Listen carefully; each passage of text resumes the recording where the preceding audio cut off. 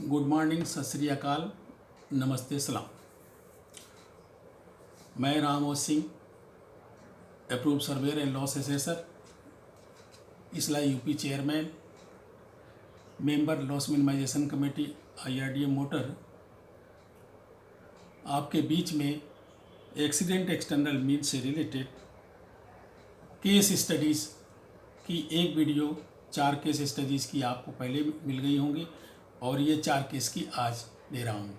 Topic पे जाने से पहले मैं हमारे बहुत बड़े senior surveyor Shri LC Maurya, उनका देहांत हो गया और उनको जो है ना, ये मैं आज का लेक्चर अपनी चैप्टर की तरफ से ट्राइब्यूट करता हूँ। केस स्टडीज़ पे आते हैं। A loaded dumper with its hydraulic jack open moved forward with the result its body tilted, the jack got bent, broken, and finally the body rested on ground and damaging its subframe and chassis. Loaded dumper with its hydraulic jack open, hydraulic jack open हो गया, load body tilt हो गई, गिर गई, सब frame और frame damage हो गए। अब ऐसी हालत में हम पॉजिटिव और निगेटिव दोनों तरफ से देखते हैं। In order to save unloading cost, tipper trucks are very popular nowadays. Tipper truck को इसीलिए बनाया गया है कि अनलोडिंग में आसानी हो। These bodies are also known as dump body. These are useful in simple way to unload the material. Unload simple way में अनलोड कर देती हैं। Every extra KG of vehicle weight increases manufacturing cost, lowers fuel efficiency and reduces vehicle payload capacity. With this concept of reducing weight and stress reduction, the optimized model of tipper dump body is modeled and analyzed. Tipper body को इसी तरह से बनाया जाता है जो fuel की economy हो, लोड बियरिंग कैपेसिटी हो और स्ट्रेस रिलीज हो। The models of tipper dump bodies are considered whose specifications are taken from local industry base. हमारे देश में लोकल इंडस्ट्री बेस पे ही लिया जाता है। कहाँ जो भी बन रही हैं, ये टिपर बन रहे हैं उनके बेस और बिल डिजाइंड होते हैं। ऐसा नहीं है, अमेरिका, इंग्लैंड और कनाडा वगैरह में अलग तरीके से वो पूरे बेल स्ट्रक्चर डिजाइन करते हैं। यहाँ पे भी डिजाइन होती है लेकिन वो लोकल इंडस्ट्री बेस की हैं। इसमें लोड बॉडी बनाने में क्या फैक्टर काम करते हैं, ये है टाइप ऑफ बॉडी, बॉडी कैसा है, induced stress and material properties, material की क्या प्रॉपर्टीज है जो उसमें मटेरियल लेते हैं, कास्ट आयरन से लेकर के EN8, EN24, OHNS, जो भी मटेरियल स्पेसिफिकेशन चाहिए वो देते हैं। Vehicle and related structures, vehicle गाड़ी और उसका स्ट्रक्चर किस तरह से है। To reduce body weight, body के वेट को भी रिड्यूस करना होता है। Having highest stress, highest stress को लेते हैं। Optimise in terms of reducing weight and reducing stress, reducing weight और रिड्यूसिंग स्ट्रेस के प्रोपोर्शनेट में भी लेते हैं। अब ये इस केस में हुआ क्या है उस पर जाते हैं।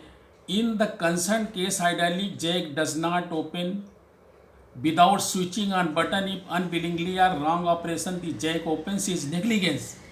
बिना ऑपरेट किए तो चलेगा नहीं, अगर नहीं बटन दब गई, गलती से दब गई या कुछ भी तो नेग्लिजेंस है।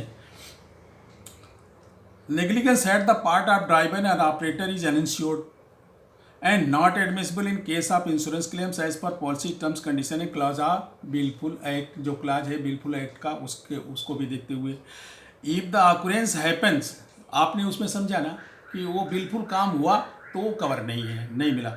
If the occurrence happens while unloading due to misbalanced, disbalanced and unbalanced. Misbalanced का मतलब ये हुआ कि material displacement unequal material displacement हो गया। जब जैक को ऊपर उठाया, ऊपर उठाने के बाद जो मटेरियल नीचे गिरने लगा, एक साइड को शिफ्ट हो गया तो टिल्ट हो गया।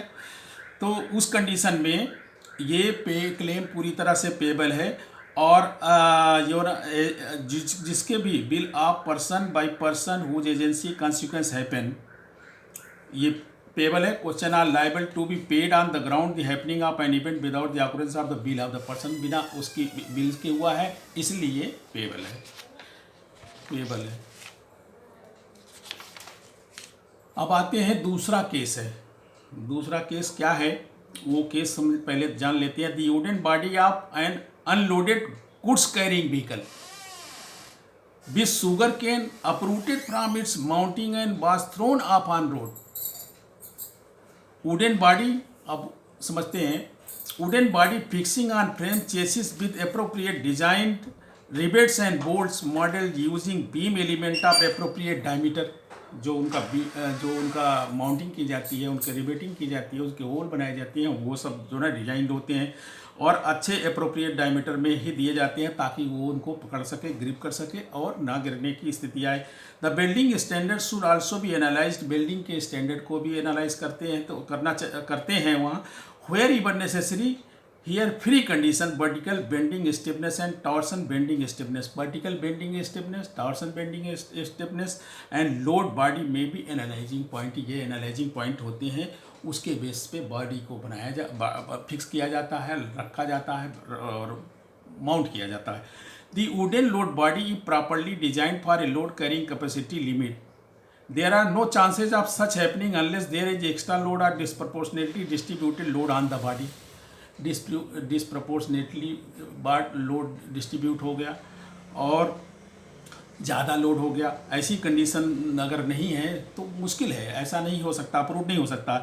इन such cases unloading rules should be followed and insurance companies are indemnifying as a substandard cases considering the average load conditions and overload rules in lack of proofs of overloading and exact cause of the accident. Although such claims are not admissible since there is a mechanical failure due to disproportionate load sharing on load body and imbalances on the load body. ज़्यादा load रख दिया, imbalance हो गया, और पुरानी गाड़ियाँ हैं, कैसे भी करके लोड डिसबैलेंस, लोड जो है ना मिसबैलेंस स्थिति में है, हो गया, और डिसबैलेंस इस वजह से हुआ कि लोड का जो है ना एंगल बदल गया और टिल्ट हो गया। टिल्टिंग कंडीशन में भी हो सकता है कि अप्रूव हो जाए, लेकिन ज़्यादातर संभावना अप्रूव होने की नहीं है, और इसको इंश्योरेंस कंपनियां सब स्टैंडर्ड बेस पे भी पे कर रही हैं। अभी जो भी शुगर इंडस्ट्री में गाड़ियां लगती हैं बहुत पुरानी होती हैं, उनका बेस भी ले करके और नो क्लेम भी होते हैं, ऐसा नहीं है। The sugar cane belt area truck owners basically use old vehicles for sugarcane transportation. The load average bases are being taken into account for calculating overloading on the vehicle, and computer based slips of the loads are being given for the sugarcane purchase and delivery.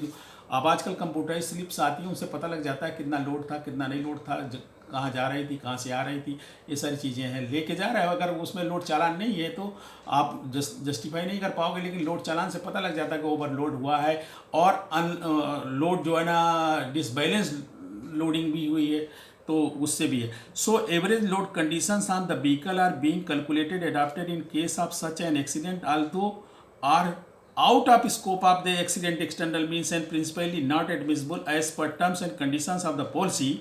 In case accident happens due to overloading, uprooting the load body from its mounting also as a peril of accident external means that comes under exceeding designed load bearing capacity. That in turn the load body got uprooted from the frame, chassis and bearing capacity of the load body mounting, rivet, bolt and welding. These accidents may be treated in mechanical breakdown perils that are uninsured in the policy.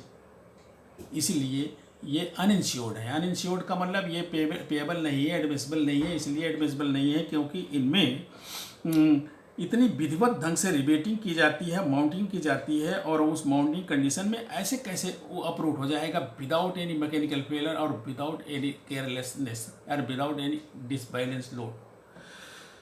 So average load conditions on the vehicle are being calculated adapted in case of an accident, although are out of scope of accident external means and principally not admissible as per terms and conditions of the policy. In case accident happens due to overloading, uprooting the load body from its mounting also as peril of accident. The onus of proof, onus of proof किस पे होता है? Insurance company पे, survey and loss assessment करने वाले आदमी पे, investigation करने वाले आदमी पे। तो अगर आपने उसको सर्वे एंड लॉस असेसमेंट में और अपने हिसाब से कुछ प्रूव कर दिया, तो इसका मतलब ये हुआ कि जो है ना वो अनइंश्योर्ड था और उस पर क्लेम नहीं बनता है। अगर वो सब स्टैंडर्ड बेस पे क्लेम पे किया जा रहा है तो वो लोड बियरिंग कैपेसिटी को क्लियर करने के बाद ही किया जा रहा है कि कितने परसेंटेज लोड ओवरलोड था, और एक्सीडेंट हुआ कैसे, और उसके साथ साथ जो ना रीजन कैसे थे। अननोन स्थिति में बेनिफिट ऑफ डाउट भी दिया जाता है, और ऐसा भी है। इन दूसरे टॉपिक पे आते हैं। दूसरा हमारा है केस स्टडीज़ का। दूसरा क्या, ये तीसरा है। An unknown person made scratches by some sharp object on all round the body of a car। किसी की कार की बॉडी में किसी अननोन आदमी ने मिस्चीवियस एक्ट कर लिया और जो है ना उसको स्क्रैच कर दिया। स्क्रैच कर देने के बाद डैमेज कर दिया तो वो तो जो है ना इंश्योर्ड पेरिल्स में आता है ना। 427 में मिस्चीवियस एक्ट में कोई भी FIR कर दे और FIR करके क्लेम डाल दे तो ये तो कवर है, दिया जाता है, और दे भी रहे हैं, कंपनियां देती भी हैं। और मिस्चीवियस एक्ट क्या है? An act done maliciously is one that is wrongful and performed willfully or intentionally and without legal jurisdiction involving malice characterized by wicked or mischievous motive or intention। mischievous motive के और उसकी intention, mischievous motive है, उसका intention खराब है और वो जो है उसको विलफुल्ली कर रहा है, तो उसमें 427 में FIR होने के बाद अब आपका क्लेम मिल जाता है। वो पुलिस वाले GD में रजिस्टर करते हैं, 427 की धारा लगा देते हैं, अननोन के हिसाब करते हैं और मिल जाता है। चौथा केस स्टडी है, बहुत सिंपल केस स्टडी है और बहुत थोड़ा सा है। A car was park near a kennel and a pet dog by his teeth damage its bumper. यहाँ पे एक गाड़ी को किसी आदमी ने केनल के पास, जहाँ पे वो डाक बाग रहते हैं, रखे जाते हैं, तो वहाँ पे पार्क कर दिया। पार्क कर देने के बाद जो है ना वो उसमें से कोई कुत्ता आया, एक या दो या कोई भी कुत्ते ने आकर के उसके बम्पर को काटना चालू कर दिया, बम्पर काट दिया, डैमेज कर दिया। तो ऐसी हालत में क्या है, इसको एनालाइज करते हैं। The damages to the car are by external means and by ignorance animal पे dog in the legal terms. Animal dog क्या है, वो इग्नोरेंस तो ही है, उसको क्या पता, सब कुछ नहीं है। As it is known and dogs do not eat plastic and metal and usually do not damage the cars and vehicles. ये भी पता है सबको कि कुत्ते ना तो प्लास्टिक खाते हैं, बम्पर नहीं खाते हैं, ना लोहे की कोई चीज़ खाते हैं। तो ये समझिए कि ऑल ऑफ सडन अनडिजाइन अनफोर्सिन हो गया ना, अनफोर्सिन हो गया, तो ये एक्सीडेंटल एक्सटर्नल मीन्स में आएगा और ये क्लेम पेबल है अगर the claim is admissible under the circumstances and coverage given in the policy.